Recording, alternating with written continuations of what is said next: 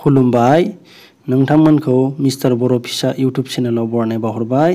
दिनै आं लानानै फैदों दिनैनि टप निउसफोरखौ। स' गाइस लेट्स स्टार्ट। सा 9 आसाम पुलिसफोरा हाग्रानि मैखुन जानानै हस्पिटालाइज जादों। बे जाथाया धेमाजि डिस्ट्रिक्टनि पानबारि आसाम पुलिस बेटेलियन केम्पआव जादों। मैखुनखौ जाखांनाय उनाव बिसोरो गोबानाय जायो आरो बिसोरखौ उनाव हस्पिटालाव लांनाय जायो। मिथिनाय बादिब्ला सासेनि कन्डिशना क्रिटिकेल आरो बिथांखौ आइसिइउआव दोननाय जादों। बिश्वनाथ जिल्लानि चाकुमाटा साहा बागानाव माखासे मानसिनि ग्रुपआ सासे सुबुंनि नखरखौ एटेक खालामो आरो बुथारनो नागिरो।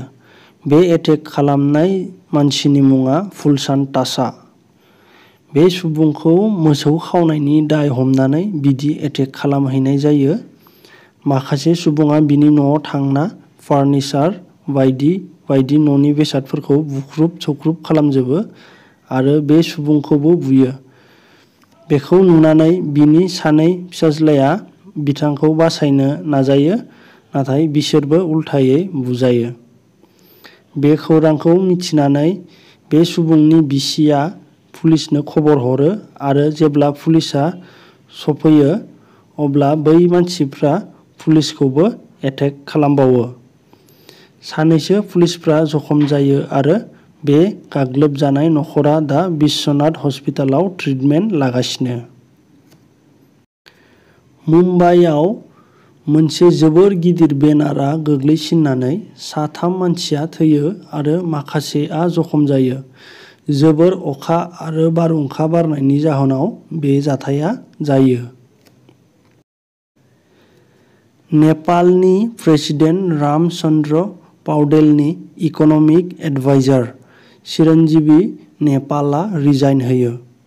रिजाइन होनायनि जाहोना जाबाय नेपाल सोरखारा 100 रांनि नट मोनसे बानायनो थांगासिनो आरो बे नटआव नेपालनि मेप थागोन नाथाय इन्डियानि खावसे बाहागोखौबो नेपाल मेपआव देखायफागोन। बे डिसिसनखौ बिथां चिरन्जीवीआ गाज्रि मोननानै रिजाइन होयो। आसामनि पद्मश्री बान्था मोनगिरि दायनि दायना बुथारनायनि बेरेखायै मावग्रा सासे समाज फोसाबगिरि बिथां बिरुबाला राभाआ मैया फुङाव रुंसारि जायो। बिथाङा स्टेट केन्सार इनस्टिट्युट गुवाहाटीआव ट्रिटमेन्ट लाजागासिनोमोन। बिथांनि मेडिकेल खरसाखौ आसाम सोरखारानो होगोन। आसामनि अनारेबल चिफ मिनिस्टार हिमन्त बिश्व शर्माआ खौरांखौ मोन्ना दुखु फोरमायदों। बिथां बिरुबाला राभानि नाजानायावनो 2015 मायथाइयाव आसामाव मोनसे आयेन दाजायो। बे आयेना जाहैबाय द आसाम उइट्स हान्टिं प्रहिबिशन एन्ड प्रटेक्शन एक्ट 2015। बे आयेननि गेजेरजों सोरखौबा दायना दायनि होनना बुयोब्ला एबा बुथारोब्ला सोरखारा बे बुग्रा एबा बुथारग्रा सुबुंखौ मानसिखौ साजा होगोन।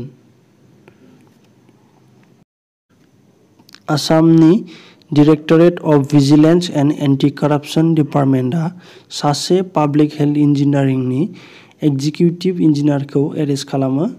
बे एक्जिकिउटिभ इन्जिनियारनि मुङा जयन्त गस्वामी। बियो लखिमपुर सार्कलआव इन्जिनियार साख्रि मावगासिनोमोन। बियो सासे सुबुंनिफ्राय 20,000 रां दाबि खालामदोंमोन आरो बे दाबि खालामजाग्रा सुबुङा भिजिलेन्स आरो एन्टि-कराप्सन डिपार्टमेन्टनो खबर होयो। बिदिनो बे एक्जिकिउटिभ इन्जिनियारखौ हमनाय जायो। बे एक्जिकिउटिभ इन्जिनियारनि न'आ हेंग्राबारि गुवाहाटीआव।